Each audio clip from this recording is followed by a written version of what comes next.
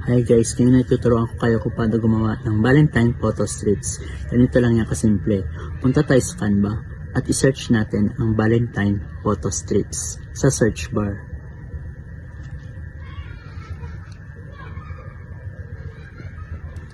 Yan. At may makikita tayo ditong iba't ibang designs ng photo strips.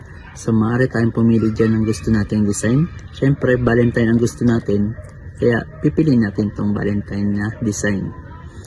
Okay, pagkatapos niyan pinutin ang customize template, lalabas na ang template at punta tayo sa upload.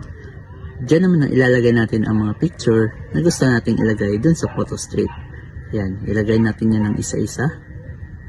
Yan.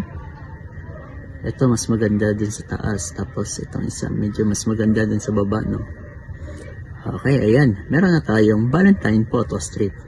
So ang gagawin natin ay i-download ito. Okay, pindutin lang natin ang share. Makikita yan doon sa itaas na bahagi ng ating laptop. Tapos download. Ayan. Hintayin lang natin na download ito. Okay, at ayan. Tingnan natin ang resulta.